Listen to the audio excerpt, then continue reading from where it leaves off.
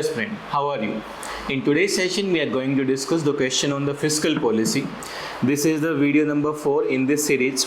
इस सीरीज में हम कवर कर रहे हैं 10 important question on each topic for economy. हम बाकी सब्जेक्ट्स के लिए भी लेके आने वाले हैं. So stay tuned for the March Chandigarh IAS academy, जहाँ पे सीरीज हर सब्जेक्ट्स के लिए आपके लिए आने वाला है. इन सीरीज का मेन मोटिव है आपको क्वेश्चन सोल्व कराना. किस तरीके से क्वेश्चन को सोल्व किया जा सकता है, they can be multiple way, because attempt करने का एग्जाम का एक तरीका होता है, वो आप इससे सीख जाएंगे. किसी भी टॉपिक में क्या इंपॉर्टेंट होता है, किस चीज़ पे हमें फोकस करना होता है, प्रीवियस ईयर्स में क्या क्वेश्चन पूछे गए हैं, इस वीडियो सीरीज का यही एक मोटिव है जब आप लर्न कर सकते हैं. तो it was the previous video जो हमने कवर किया है नेशनल इनकम पे, तो you can watch that video also. Okay, so let's start with the questions. The topic is the fiscal policy and every year in the UPSC and the state PCS, UPSC and the state PCS में हर साल 2 question minimum आपके fiscal policy से आते हैं. So it's become important for your examination. Okay, so let's move to the question number 1. Question number 1 पे आते हैं. Question number 1 is which of the following is responsible for the preparation and presentation of the union budget. आपको पता है कि हर साल government union budget release करता है. फरवरी के मंथ में, फरवरी एंड में यूनियन बजट आ जाता है. तो उस यूनियन बजट को कौन बनाता है? डिपार्टमेंट ऑफ रेवेन्यू बनाता है, डिपार्टमेंट ऑफ इकोनॉमिक अफेयर्स बनाता है, या फिर डिपार्टमेंट ऑफ फाइनेंशियल सर्विसेज बनाता है, डिपार्टमेंट ऑफ एक्सपेंडिचर बनाता है. The answer of this question is department of economic affairs. और ये क्वेश्चन पहले भी स्टेट पीसीएस में डायरेक्टली पूछा जा चुका है कि who prepare and present the budget in the parliament. So the answer is B here, the department of economic affairs. अगर क्वेश्चन रिपीट होता है तो you can directly mark the answer. Let's move to the next question. With reference to the Indian public finance, consider the following statement. Indian public finance के बारे में कुछ statements हैं. First statement: the external liability reported in the union budget are based on the historical exchange rates. तो जो keywords है historical exchange rate. Initially जब हमारी इकोनॉमी ओपन नहीं था before the 1991, at the time we were using the historical exchange rate. लेकिन अभी present context में this is completely based on the market exchange rate. ये कंप्लीटली मार्केट पे dependent होता है, not on the historical exchange rate. इसलिए first statement is wrong. If the first statement is wrong, then we directly come to the option. The first statement is in option A, option B and option D. So we can eliminate the option number A, B and D, and the answer will become C, 2, 3 and 4. इससे क्या फायदा होता है when you are looking at the option after eliminating the one statement, कि आपको directly पता लग जाता है. अगर क्वेश्चन में एलिमिनेशन वाले ऑप्शंस दिए हैं तो you can directly reach to the answer. अगर इन तीनों स्टेटमेंट में से आपको कुछ पता भी नहीं है, then also you can reach to the answer. इस तरीके के क्वेश्चन 20 से 25 आते हैं यूपीएससी के एग्जामिनेशन में. The continued high borrowing has kept the real interest rate high in the economy. Yes, जब बोरोइंग ज़्यादा होगी, in that case the interest rate will be rise, because demand increase, that will lead to the increase in the interest rates. Interest payments in the single largest component of the non plan revenue expenditure of the union government. Yes, initially होता था, अभी plan non plan expenditure government ने हटा दिया, it come under single expenditure. So the answer of this question is C, 2, 3 and 4. Now let's move to the next question. Before going to the next question, there is a good news. At the March Chandigarh IAS academy we are launching a GS foundation course. GS foundation course हम launch कर रहे हैं. And this GS foundation course we are launching for state PCS as well as the UPSC के लिए भी launch किया जा रहा है. स्टेट पीसीएस में we are focusing on the Haryana civil service, Himachal Pradesh academic service, Punjab civil services पे हमारा मेन फोकस रहता है.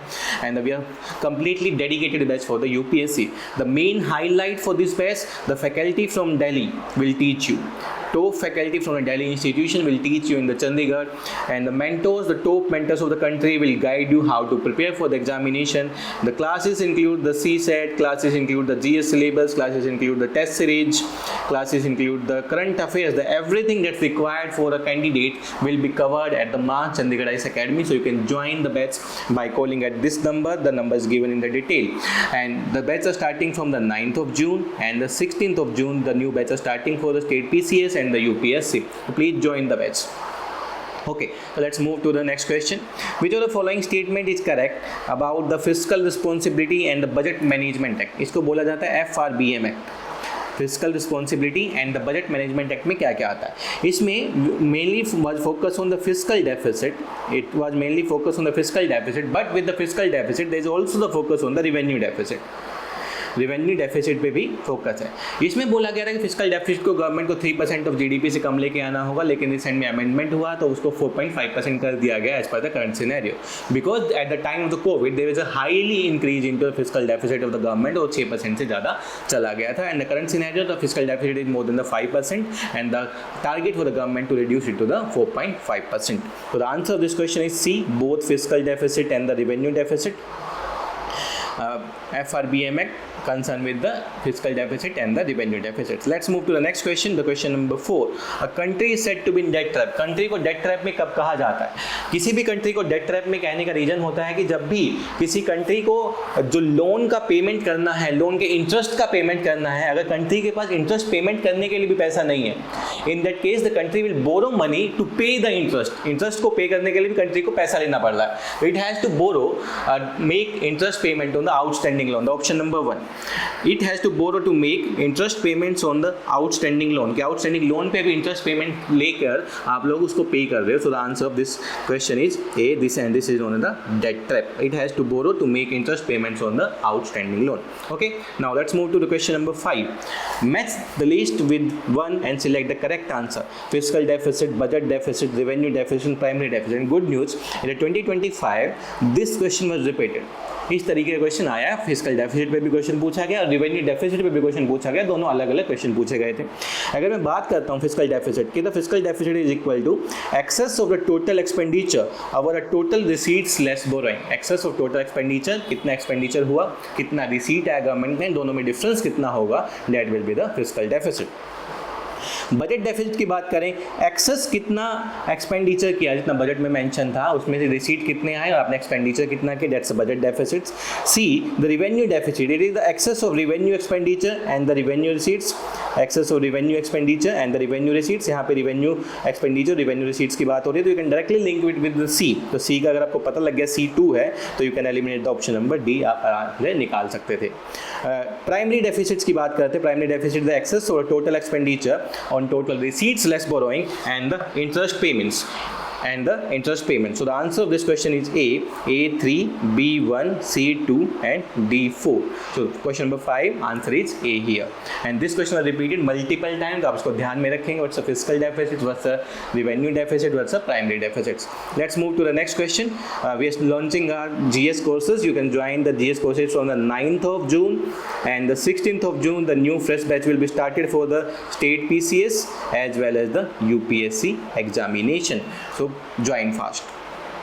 नेक्स्ट क्वेश्चन फिस्कल डेफिसिट, अभी हमने पढ़ा था फिस्कल डेफिसिट के बारे में। Again the question the fiscal deficit in the union budget, the sum of budgetary deficits and net increase in the internal and external borrowing, difference between the current expenditure and the current revenue, the sum of monetary deficit, wrong, net increase in union government borrowing, गलत, answer is B here. The difference between the current expenditure and the current revenue, government कितना spend कर रही है, government का revenue कितना आ रहा है, दोनों के बीच में डिफरेंस जो होगा that will be related to the fiscal deficit. So the answer of question number 6 is here B. Answer is B here. Let's move to the question number 7. Deficit financing.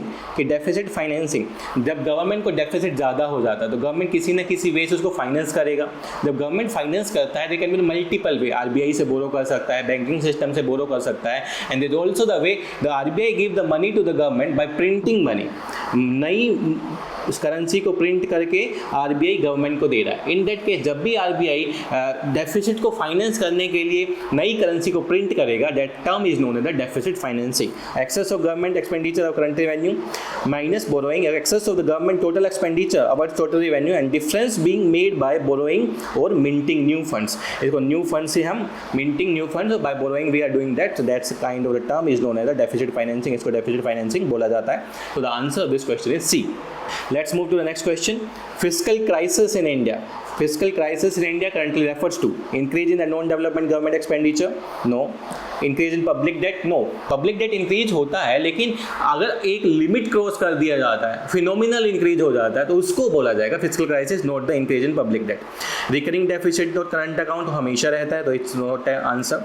Phenomenal increase in the external indebtedness, जब external indebtedness ज़्यादा बढ़ जाएगा किसी भी country का, किसी भी government का, that government comes under the fiscal crisis. तो किस सिचुएशन में आ जाती है, फिस्कल क्राइसिस क्राइसिस की सिचुएशन में आ जाती है। तो जब भी आपसे फिस्कल क्राइसिस पूछा जाता है, that's a phenomenal increase in the external indebtedness, not the internal. External indebtedness ज़्यादा हो जाता है, that's known as the fiscal crisis. तो question number 8 answer will be D here. Let's move to question number 9।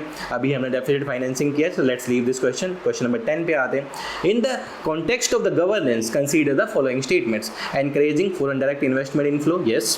Privatisation of high educational institution, down sizing of bureaucracy, yes. Red tapism को खत्म करने के लिए डाउन साइजिंग ऑफ ब्यूरोक्रेसी होता है। Selling of floating share of public sectors undertaking, उस case में भी किया जाता है। सो इन दिस केस अगर हम देखते हैं, encouraging the foreign direct investment, कोई भी कंट्री होगा तो फॉरेन डायरेक्ट इन्वेस्टमेंट को एनकरेज करता है। Privatisation of the higher educational institution, privatisation of higher educational institution करेगा कि नहीं करेगा, that's a big concern. Downsizing of the bureaucracy, yes, downsizing of bureaucracy होगा। selling of floating the share of public sector undertaking, yes, in this case selling of floating भी होता है। अगर आप देखोगे तो इसको टर्म दिया गया डिसइन्वेस्टमेंट, इसको डिसइन्वेस्टमेंट का टर्म दिया जाता है। Down sizing the bureaucracy, that tapism को कम किया जाता है। तो 3 and 4 किस किस ऑप्शन में? 3 and 4 हमारे पास एक ही ऑप्शन में, बी ऑप्शन में एंड डी ऑप्शन में। So we can eliminate option number C and option number A को हम एलिमिनेट कर सकते हैं क्योंकि 3 and 4 are the part of governance. Privatisation of the higher educational institution, higher educational institution, कुछ एक इंस्टीट्यूशन को प्राइवेट किया जा सकता है to measure to control the fiscal deficit, fiscal deficit को कंट्रोल करने के लिए किया जा सकता है ताकि गवर्नमेंट का स्पेंडिंग कम हो। Encouraging the foreign direct investment inflow, इसका फिस्कल डेफिसिट पे कम इफेक्ट होता है, डायरेक्ट एफडीआई का इफेक्ट फिस्कल डेफिसिट पे नहीं है। So you have to read the syntax given here. So the answer of this question is B 2, 3 and 4. Answer of this question is B, that is a 2, 3 and 4.